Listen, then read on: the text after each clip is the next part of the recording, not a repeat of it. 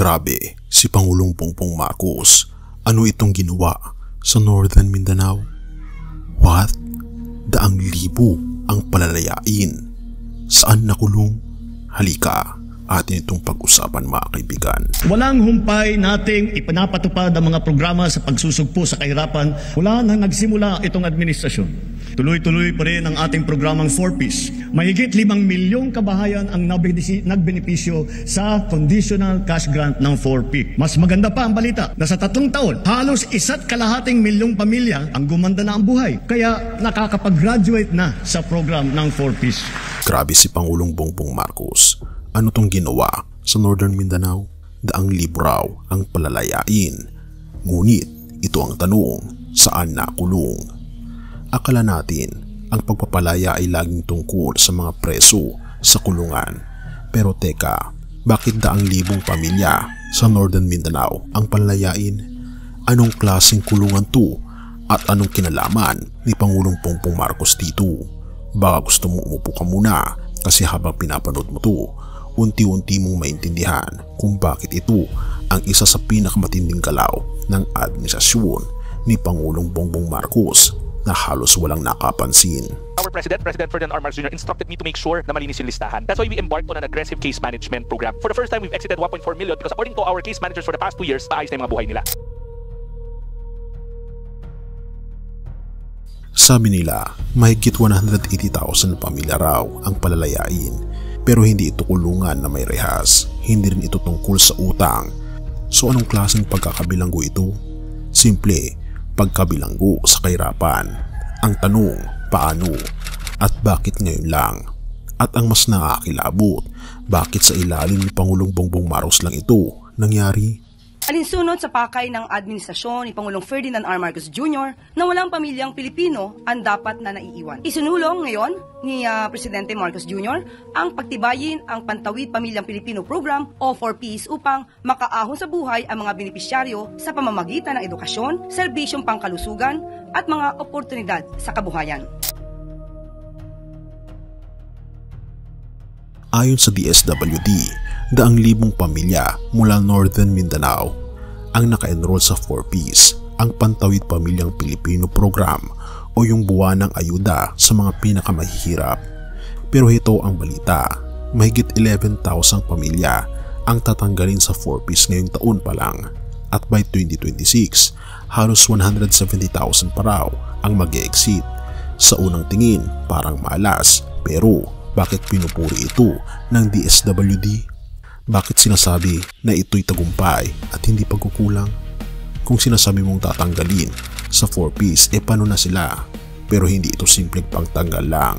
Hindi ito pagtatapon. Ito ay pag-akyat, pag-ahon, paglayang tunay. Ibig sabihin, ang mga pamilyang ito ay hindi na qualified sa 4Ps dahil handa ka na ba? Umaangat na sila mula sa kahirapan. Kaninang umaga, pinarangalan ni Pangulong Marcos Jr. sa Malacanang ang 18 huwarang pantawid pamilya na nagpamalas ng kasipagan, galing at determinasyon upang maiangat ang pamumuhay mula sa kahirapan sa tulong ng programa ng pamahalaan. Yes, you heard it right. Habang maingay ang iba sa pagpuna, si Pangulong Bongbong Marcos tahimik lang pero kumikilos. Habang ang ilan ay paulit-ulit sa anong plano, ito na po ang sagot. Tunay na graduation mula sa kahirapan. Hindi lang basta bigay tulong, kundi programa na nagtutulak sa mga Pilipino para makabangon, makaahon at tuluyang makatayo sa sariling paa. At hindi lang yan, kahit pa sila ay mag-exit sa 4Ps, hindi ibig sabihin iiwan na sila. Therefore, may ibang tulong pa rin nakaabang. Una, Assistance to Individuals in Crisis Situations o AICS. Pangalawa, ayuda para sa Kapos ang Kita Program o AKAP. At pangatlo, Pag-abot Program o PAP para sa mga pamilya sa lansangan. As of June 2025, 1.5 bilyong piso na ang nailabas ng DSWD para sa cash at medical aid sa Northern Mindanao lang. Totoo, hindi perpekto, may delays, may limitasyon, pero may ginagawa, may galaw at ang direksyon ay pataas. Ngayon alam mo na, ang kulungan ay hindi laging may bakal. Minsan, ito ay kahirapan. Minsan, ito ay kawalang pag-asa. Pero ngayon, sa ilalim ni Pangulong Bongbong Marcos, daang libong pamilya ang palalayain mula sa pagiging dependent, mula sa pag-aabang ng ayuda papunta sa pagiging mas independent, mas matatag at mas nakakaangat sa buhay. Ito ang hindi nakikita sa headline. Ito ang hindi naiintindihan ng mga basta-basta lang nagbabasa. Pero ikaw, nakarating ka rito, naiintindihan mo ito kaibigan. Kaya bago ka muling makinig sa mga reklamador, tanungin mo muna sila. Alam mo ba kung bakit 180,000 na pamilya ang hindi na kailangan ng 4Ps sa ilalim ni Pangulong Bongbong Marcos? Kung hindi nila alam, ikaw na lang magpaliwanag. Have mercy o God at purihin ang ating Panginoon Diyos. Palalayain ang daang libo mula sa kahirapan. Parang imposible, parang panaginip. Pero kung mangyayari yan sa gobyerno, masigit pa ang kayang gawin ng ating Panginoon Hesus. Hindi lang ang pamilya ang nililigtas niya, kaluluwa, buhay at buong sanlibutan. Kung napahanga ka sa ginawa ng gobyerno, mas mapapahanga ka sa plano ng ating Panginoon Jesucristo. Lucas 4 verses 18 to 19. Ang Espiritu ng Panginoon ay sumasa akin, sapagkat hinirang niya ako upang ipangaral ang mabuting balita sa mga dukha.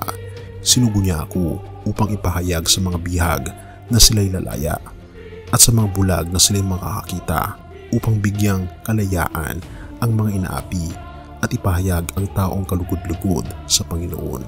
Ang daang libong pamilyang lalaya sa kahirapan sa Northern Mindanao ay larawan ng isang mas dakilang pagpapalaya sa inaalok ng ating Panginoon Hesus sa lahat.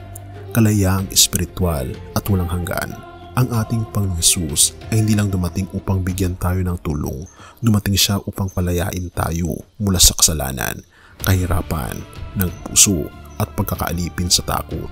Kung sa gobyerno may 4Ps na programa, sa ating Panginoon Hesus may eternal na pangako, isang kaharian na walang gutom, wala ng luha o kawalan.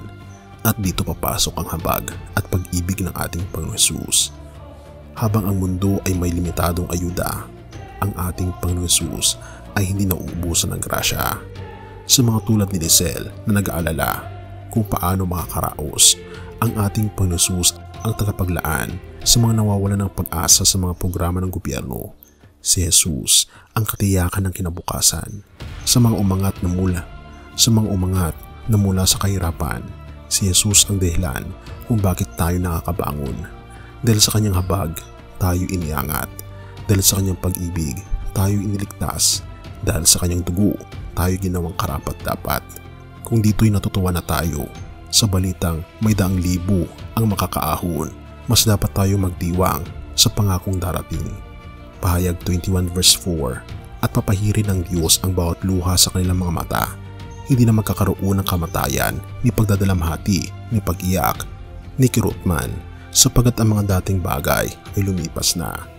Ito ang tunay na programa ng ating Panginoon Hesus, hindi lang hanggang 2026, hindi hanggang umangat ang kita, kundi habang buhay at walang hanggan.